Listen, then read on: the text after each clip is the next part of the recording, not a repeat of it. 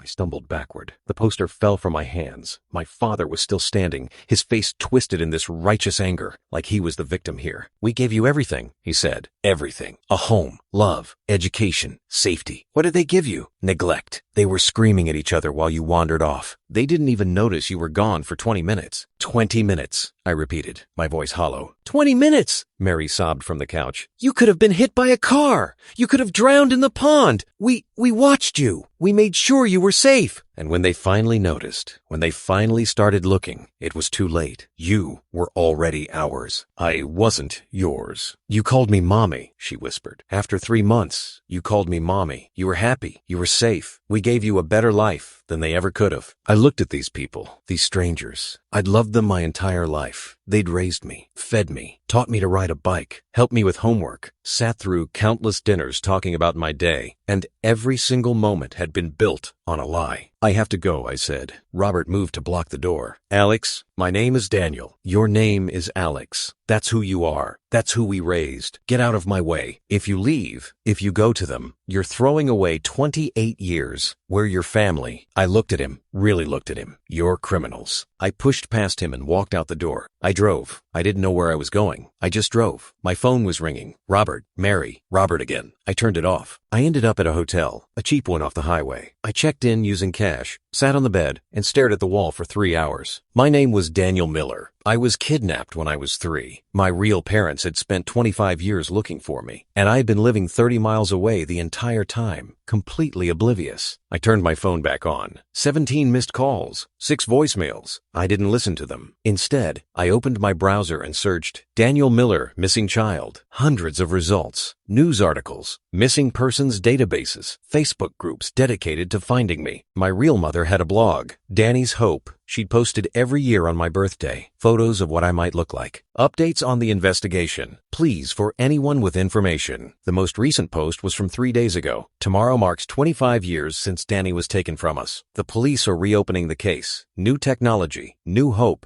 If you're out there, Danny, if you can hear this somehow, we never stopped loving you. We never stopped looking. Please come home. I closed the browser, put my head in my hands, and for the first time since I was a child, I cried. I spent the night researching. I found the police department that had handled the original investigation. I found the detective's name, Mitchell Hayes. He'd retired 5 years ago, but the case had been reassigned to a younger detective named Sarah Chen. At 8 a.m., I walked into the police station. "I need to speak to Detective Chen," I told the front desk officer. "What's this regarding?" "The Daniel Miller case." The officer's expression changed. "Do you have information?" "I'm Daniel Miller. They put me in an interview room." Detective Chen arrived 10 minutes later. She was mid-30 seconds, sharp eyes, tired face. She'd probably been working this case nonstop since it reopened. "You're Daniel Miller," she said, sitting down across from me. "I think so. You think so." I pushed the missing child poster across the table. "I found this in my parents' safe. Along with these." I gave her the ransom notes. Chen read them. Her face went pale. "Where did you get these?" "My father's safe. Robert Sullivan, 447 Pinecrest Drive." "The people who raised you?" "The people who took me." Chen stood up. "Wait here." She left. I sat alone for 20 minutes. Through the door, I could hear urgent voices, phone calls being made, movement. Chen came back with an older man. "This is Mitchell Hayes. He was the original detective on your case." Hayes looked at me, his eyes filled with tears. "Danny, I don't know." "The scar," he said, pointing to his own eyebrow. "You got it falling off the swing set. Your mother was terrified. You needed 3 stitches. I touched my eyebrow.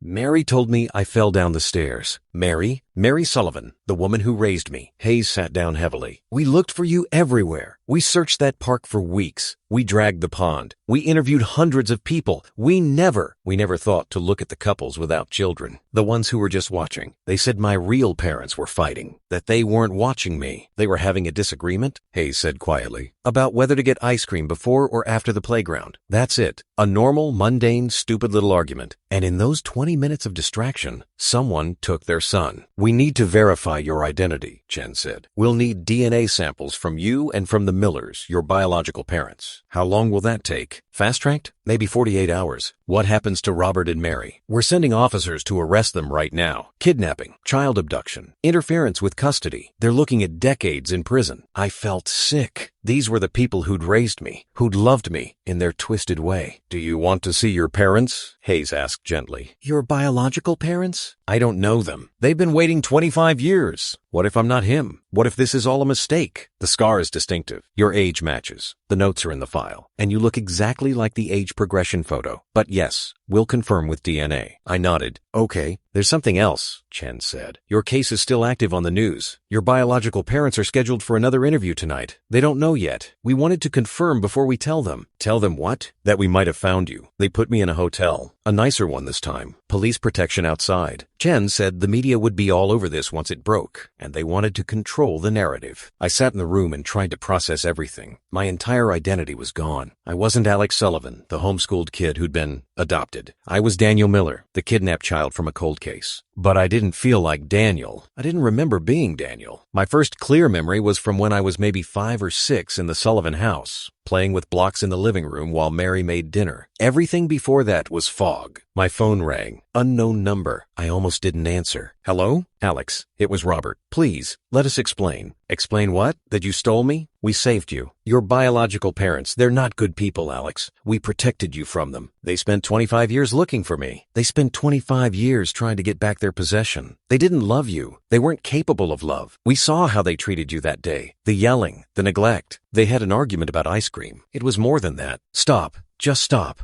My hands were shaking. You kidnapped me. You stole me from my family. You wrote them ransom notes telling them I was better off without them. You're not heroes. You're not saviors. You're criminals. We're your parents. No, you're not. I hung up, blocked the number. The DNA results came back in 36 hours. I was sitting in the police station with Hayes and Chen when they opened the email. It's a match, Chen said quietly. You're Daniel Miller. I felt nothing, then everything, then nothing again. Do they know? I asked. The Millers? Not yet. We wanted to tell you first. What happens now? Hayes leaned forward. Now we tell them their son is alive. We arrange a meeting if you're comfortable. We press charges against the Sullivans. And we help you navigate what comes next. What if I don't want to meet them? That's your choice. You're an adult. But Danny, Alex, whoever you want to be, they love you. They've never stopped loving you. They don't know me. They knew you for 3 years. That's 3 years more than you remember. And they've thought about you every day since. I nodded slowly. Okay, tell them. Chen made the call on speakerphone. I was in the room, listening, unable to speak. Mr. Miller, this is Detective Sarah Chen from the Metro Police. I'm calling about your son's case. Did you find something? His voice was strained, hopeful, desperate. We found him. We found Daniel. Silence. Then a crash, like the phone had been dropped. Muffled voices, crying. He's alive? A woman's voice now. Elizabeth. He's alive. He's safe. He's here. Where is he? Where is he? Can we see him? He's at the station. He's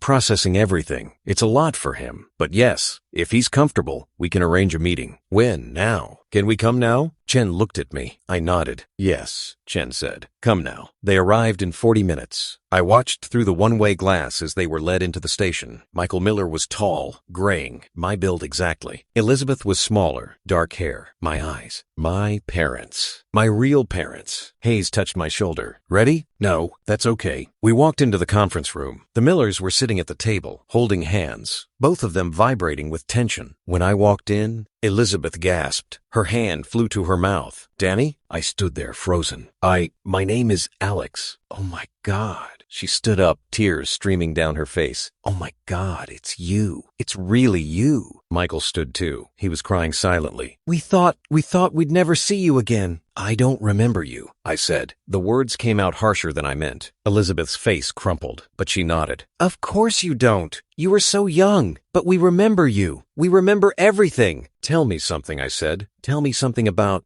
him, about Daniel. Michael wiped his eyes. You had this toy truck, a blue one. You took it everywhere. You slept with it. You wouldn't go anywhere without it. When you disappeared, we kept it. It's in your room. My room? We never changed it, Elizabeth whispered. We kept it exactly as it was, just in case. Just in case. You came home. I felt something crack in my chest. We sat down. Hayes and Chen left us alone, though I knew they were watching from the observation room. What do you want to know? Michael asked. Everything, they told me. About my birth. About my first words, truck, naturally. About how I'd learned to walk by pushing that blue truck around the house. About the time I'd gotten the scar, not from a fall downstairs, but from a fall off the swing set when I'd been trying to stand on the seat. You were fearless, Elizabeth said, smiling through tears. You were always climbing things, running, jumping. We were constantly terrified you'd hurt yourself. And then you did, and we felt so guilty. It was just a scar, Michael said. But to us, it was proof we'd failed to protect you. And then, at the park, his voice broke. Tell me about that day. Elizabeth took a breath. It was a Saturday. Beautiful day. You'd been asking to go to the park all morning. We packed a lunch, drove to Oak Hill. You ran straight for the swings. You loved the swings. We were setting up the picnic, Michael continued. And I wanted to get ice cream from the truck that was there, but Elizabeth said we should eat lunch first. It was stupid. Such a stupid thing to argue about. But we were stressed. Money was tight. I'd just lost my job. We were fighting a lot those days. We weren't fighting about ice cream, Elizabeth said. We were fighting about everything. And we took our eyes off you for 20 minutes. Just 20 minutes. And when we looked up, you were gone, Michael finished. We searched everywhere. We screamed your name. We got everyone in the park looking. Someone called the police. They brought dogs, helicopters. We stayed at that park for 3 days straight, thinking you'd come back, thinking maybe you'd just wandered off. But you didn't wander off, Elizabeth said, looking at me. Someone took you. Someone stole our baby. We blamed ourselves, Michael said. The police were sympathetic, but there were rumors. People online said we'd killed you, said we'd made up the kidnapping to cover it up, said we were negligent parents who didn't deserve children. We almost divorced, Elizabeth added, twice. The guilt was eating us alive. We'd look at each other and see the person who'd been arguing about ice cream while our son was taken. It took years of work to get past that. Did you have other children? I asked. They both shook their heads. We couldn't, Elizabeth said. How could we bring another child into the world when we'd lost you? It felt like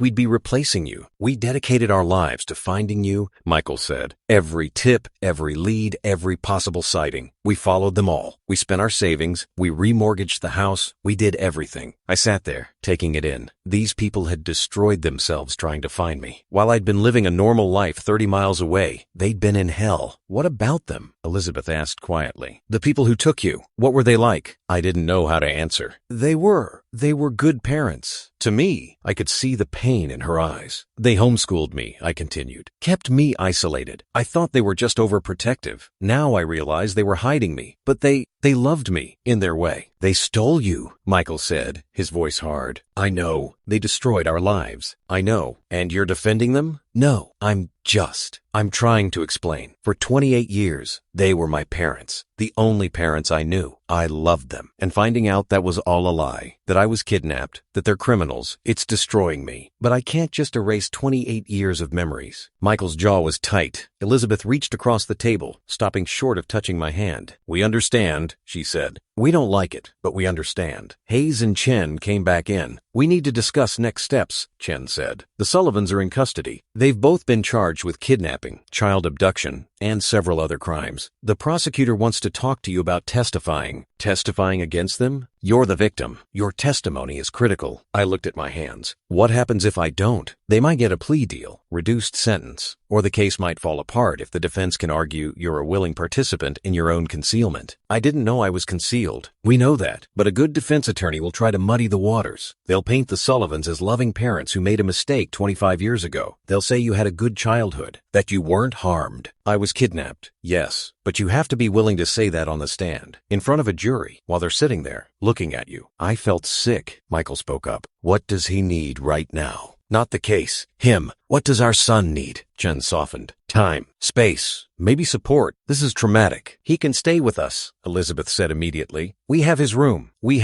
I can't, I said. I don't know you. I'm sorry, but I don't. She looked like I'd stabbed her. I'll stay at the hotel, I said. I need time to process this. The story broke that night. Cold case solved. Missing child found after 25 years. My face was everywhere. The missing poster. The age progression photo. A recent photo someone had pulled from social media. My phone exploded. Friends I hadn't talked to in years. Coworkers. Distant relatives of the Sullivans. Everyone wanted to know if I was okay, if the story was true, if I remembered anything. I turned off my phone and watched the news. The Millers were being interviewed again, this time with the headline, Reunited after 25 years. We're just grateful he's alive, Elizabeth said, crying. We never gave up hope. Never. "What do you want to say to the people who took him?" the reporter asked. Michael's face hardened. "You stole 25 years from us. 25 years of birthdays, holidays, graduations. You stole his childhood from us, and we'll never get that back. I hope you spend the rest of your lives in prison knowing what you did." The screen cut to the reporter. "The Sullivans are currently being held without bail. Their arraignment is scheduled for next week." In a shocking twist, Daniel, who has gone by the name Alex Sullivan his entire life, reportedly has mixed feelings about reuniting with his biological parents. "I turned off the TV. I couldn't sleep.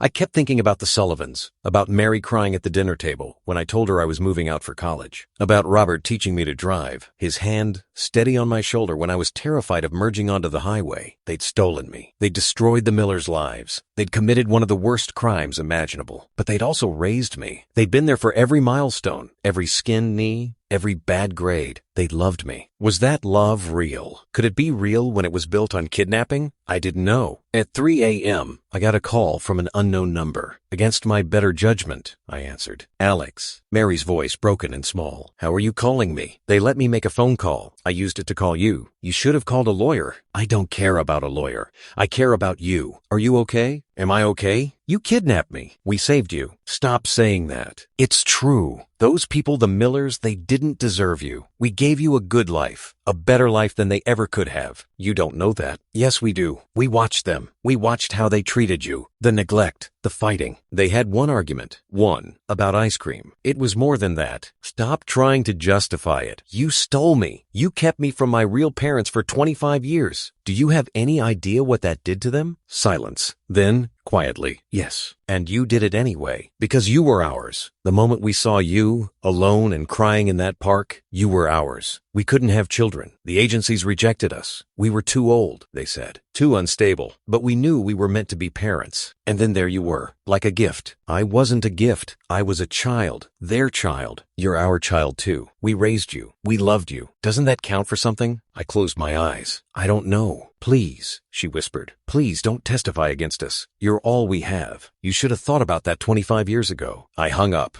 I went to the arraignment. I sat in the back of the courtroom, hood up, trying to be invisible. The Millers were there, front row. They saw me and waved. I nodded back. Robert and Mary were led in wearing orange jumpsuits and handcuffs. Mary was crying. Robert's face was stone. The charges were red: kidnapping, child abduction, custodial interference, fraud, a dozen others. "How do the defendants plead?" the judge asked. Their lawyer stood. "Not guilty, Your Honor." Of course, they still thought they'd done the right thing. Bail was denied. The judge cited flight risk and the severity of the charges. The trial was set for 6 months out. As they were led away, Mary turned and looked at me. Our eyes met. She mouthed, "I love you." I looked away. Over the next few weeks, the full scope of what the Sullivans had done became clear. They'd meticulously planned everything. They'd been going to that park for months, watching families, looking for the right target. They'd chosen me because I looked enough like them that people wouldn't question it, and because my parents had been distracted. After taking me, they'd moved across the state. They'd kept me inside for the first year, telling neighbors I was fragile and homeschooled for medical reasons. They'd slowly introduced me to the world, but only in controlled environments where no one would recognize me. They'd monitored the news obsessively. They knew about every development in the case. They'd seen the Millers' pleas, and they'd written those ransom notes to twist the knife to make the Millers think I was being harmed, that looking for me would only make things worse. It was psychological torture, Chen told me. They wanted your biological parents to give up, to stop looking, but they didn't. No, they didn't. Elizabeth asked to see me again. We met at a coffee shop, neutral territory. "I know this is hard," she said. "I know we're strangers to you. You're not strangers. You're my parents. I just don't remember you. Do you want to remember?" "I don't know if I can. I was 3. We have videos," she said. "Photos. Your whole life. Before. Would you want to see them?" I thought about it. Part of me wanted to say no. That person, baby Daniel, wasn't me. I was Alex. I'd always been Alex. But another part of me needed to know, needed to see who I'd been before everything changed. "Yes," I said. "Show me." Michael and Elizabeth's house was exactly what I'd imagined. Suburban, safe, normal, and in the corner of the living room, there was a shrine. Photos of me as a toddler. The blue truck Michael had mentioned. A tiny pair of shoes. A baby blanket. "Your room is upstairs," Elizabeth said. "Do you want to see it? Maybe later." We sat down in the living room. Michael pulled out a laptop and opened a folder labeled Danny. The first video was from my first birthday. A cake with 1 candle. A chubby baby me smashing his face into it while adults adults laughed in the background. You loved cake, Elizabeth said, smiling. You ate more than any of the guests. The next video was me taking my first steps. Michael was holding my hands, walking backward, encouraging me. Come on, Danny, you can do it. I let go and took 3 wobbly steps before falling on my butt. Everyone cheered. You walked early, Michael said. 9 months. You were always in a hurry. We watched hours of videos. Me playing with the blue truck. Me at the beach, terrified of the waves. Me at a petting zoo, screaming when a goat tried to eat my shirt. Who is that person? I asked, pointing at the screen. At the little boy who laughed and played and had no idea what was coming. That's you, Elizabeth said softly. That's our Danny. But it's not me. I'm not him anymore. No, you're not. But you were. And we loved that little boy so much. I felt tears running down my face. I didn't even realize I was crying. Elizabeth led me upstairs to what had been my room. She opened the door. It was a time capsule. Toddler bed, toy box, overflowing with trucks and blocks, posters of cartoon characters I vaguely recognized from reruns. The blue truck sitting on the dresser, exactly where I'd apparently left it 25 years ago. We dusted, Elizabeth said, but we never moved anything. We kept thinking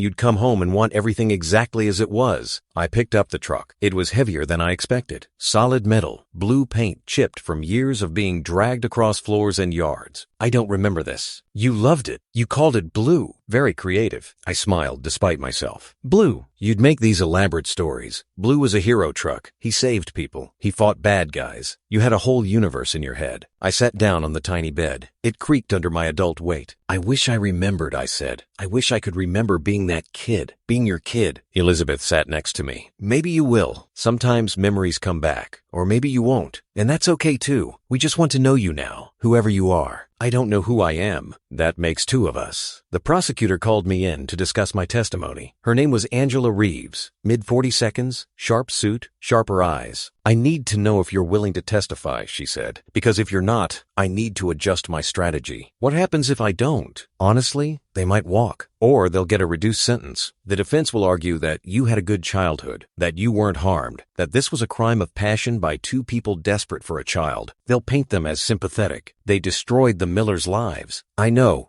but without your testimony, without you standing up and saying I was stolen, I was kept from my real family, I was harmed, the jury might feel sorry for the Sullivans. What if I don't think I was harmed? Reeves leaned forward. Were you allowed to have friends? No, I was homeschooled. Were you allowed to leave the house without supervision? Not until I was in my 20s. Were you allowed to have social media? A passport? Any connection to the outside world? No. That's isolation. That's control. That's harm. They kept you in a prison disguised as love. I knew she was right, but it didn't feel that simple. I'll testify, I said. But I'm not going to lie. I'm going to tell the truth, including that they were good parents to me. That's all I'm asking for. The truth. The trial started 4 months later. The courtroom was packed. Media in the back. The Millers in the front. Friends and family of the Sullivans on the other side. I was the star witness. The prosecution's entire case rested on my testimony. Reeves questioned me first. Can you state your name for the record? Alexander Sullivan. But I was born Daniel Miller. And how did you discover your true identity? I told the story. The safe, the poster, the ransom notes, the news broadcast, the confrontation with the Sullivans. How did you feel when you realized you'd been kidnapped? Devastated, confused, angry. My entire life was a lie. Did the defendants ever tell you that you were kidnapped? No. They told me I was adopted. Did they ever allow you to contact your biological parents? I didn't know they existed. Did they isolate you from the outside world? Yes. I was homeschooled. I wasn't allowed friends or social media. I couldn't leave without permission until I was an adult. Why do you think they did that? To hide me. To keep me from finding out the truth. Reeves nodded. No further questions. The defense attorney was a woman named Patricia Moore. She was good. Very good. Mr. Sullivan, or should I say Miller,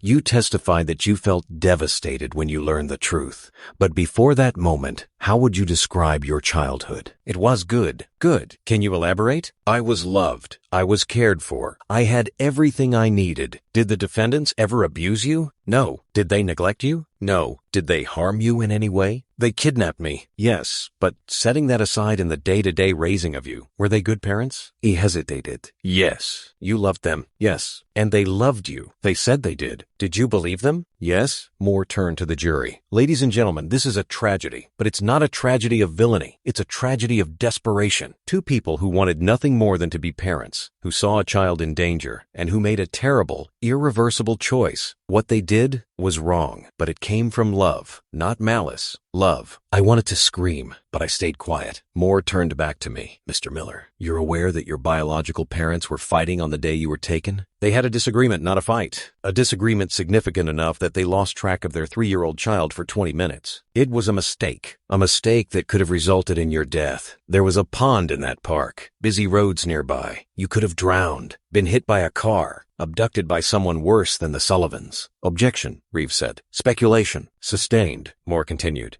Isn't it true that the defendants kept you safe? That they provided a stable, loving home? Yes, but isn't it true that you went to college? That you have a career? That you're a functional, successful adult? Yes, and that's because of how they raised you. That doesn't make it okay. I'm not asking if it's okay. I'm asking if they harmed you. Did they hit you? Starve you? Lock you in a closet? No. Then how were you harmed? They stole my identity. They stole 25 years from my real parents. They stole my chance to know my biological family. But you had a family. You had parents who loved you. Isn't that what every child deserves? I looked at the Millers. Elizabeth was crying silently. Michael was holding her hand, his jaw tight. Yes, I said. But they should have been my parents, not the Sullivans. Reeves did redirect. Mr. Miller, the defense has painted the Sullivans as desperate people who made a mistake. But this wasn't a mistake, was it? They didn't accidentally take you. No, they planned it. They went to that park multiple times, watching families. Yes, they chose you specifically. Yes, they took you, moved across the state, and hid you for 25 years. Yes, they wrote ransom notes to your biological parents, telling them not to look for you. Yes, they isolated you, controlled you, and kept you from knowing the truth. Yes, does that sound like a mistake? No, it sounds like a crime. No further questions. The trial lasted 3 weeks. Witnesses testified. Experts discussed child development and psychological harm. The Millers cried through their testimony. The Sullivans sat stone-faced. The jury deliberated for 2 days. Has the jury reached a verdict? We have, Your Honor. How do you find the defendants on the charge of kidnapping? Guilty. On the charge of child abduction? Guilty. Every charge. Guilty, guilty, guilty. Mary broke down sobbing. Robert stared straight ahead. The judge set sentencing for 2 weeks later. I wasn't required to attend the sentencing, but I went anyway. The judge asked if I wanted to make a victim impact statement. I said yes. I stood at the podium and looked at Robert and Mary. They looked so much older than they had 6 months ago. Broken. I don't know what to say, I began. I've written and rewritten this statement 100 times because the truth is complicated. I paused, collected my thoughts. You stole me. You destroyed the Millers' lives. You committed one of the worst crimes I can imagine, and for that, you deserve to be punished. Mary was crying. Robert's jaw was tight. But you also raised me. You loved me. You gave me a childhood that, in many ways, was good, and I can't just erase that. I can't pretend those 28 years didn't happen. I looked at the Millers. They were listening intently. The problem is that your love was built on a crime. Every birthday, every holiday, every moment we shared, it was all stolen. From me, from the Millers, from everyone. I turned back to the Sullivans. I don't forgive you. I don't know if I ever will. But I also don't hate you. And that's the hardest part, because it would be easier if I could just hate you. If I could just see you as monsters. But you're not monsters. You're people who did a monstrous thing, and I have to live with that complexity for the rest of my life. I sat down. The courtroom was silent. The judge sentenced them to 20 years each. They'd be eligible for parole in 15. What you did, the judge said, was an unforgivable violation. You didn't just steal a child. You stole a family's future. And while I acknowledge that you raised the victim with love, that does not absolve you of your crime. Love built on kidnapping is not love. It's possession. They were led away. Mary looked back at me one last time. I didn't look away, but I didn't wave either. The media circus eventually died down. I was yesterday's news. The cold case that got solved. The happy ending. Except it wasn't a happy ending. Not really. I tried to build a relationship with the Millers. We met for dinner every few weeks. They told me stories about baby Daniel. I told them about Alex's life. But we were strangers trying to be family. And that was hard. I'm sorry, I told them once. I'm sorry I'm not the son you remember. You're not, Michael said. But you're our son. And that's enough. It wasn't enough. Not for them. Not for me. But we tried. Mary wrote me from prison every week. Long letters about how sorry she was. About how much she loved me. About how she hoped I could forgive her someday. I didn't write back, but I kept the letters. Robert wrote once, a single page. Alex, I won't apologize for loving you. I won't apologize for giving you a good life. But I am sorry for the pain we caused. Not to you. You had a good childhood. but to the Millers. They didn't deserve what we did to them. I hope you find peace, whatever that looks like. Dad, I folded the letter carefully and put it in a box with the others. I legally changed my name, not back to Daniel Miller, and not staying as Alexander Sullivan. I chose something new, something that was mine. Daniel Alexander Miller. Both names, both identities, merged into one person. That's perfect, Elizabeth said when I told her. You're both of them, our Danny and their Alex. I'm neither. I'm something new. Then we'll get to know the new you. It was slow, painful, but we tried. 2 years after the trial, I was doing okay. I had a life, a job, friends. I was dating someone who knew my story and didn't treat me like a victim. I still thought about the Sullivans, about whether they were right that the Millers had been neglectful, about whether I really was better off. I didn't have answers. Maybe I never would. But I had something else. I had the truth, the full, complicated, messy truth. I was kidnapped. I was raised by criminals. I was loved. I was harmed. I lost one family and gained another. I lost 25 years with my real parents. I had 28 years with my fake ones. All of it was true. All of it was real. 3 years after the trial, I visited Mary in prison. I hadn't planned to, but I woke up one morning and knew I had to. She looked old, small, nothing like the woman who'd raised me. Alex, she said when she saw me. Oh my God, Alex. We sat across from each other, a thick piece of plexiglass between us. Why did you come? She asked. I don't know. I'm glad you did. We sat in silence for a moment. Do you hate me? She asked. No. Do you forgive me? I don't know. That's fair. More silence. I think about you every day, she said. I wonder what you're doing. If you're happy, if you've built a life with the Millers. I'm trying. Good. That's good. You deserve to know them. They're your parents. So are you. She started crying. No, I'm not. I never was. I was just the woman who loved you so much she destroyed your life to keep you. You gave me a life too. A stolen one. I nodded. Yeah,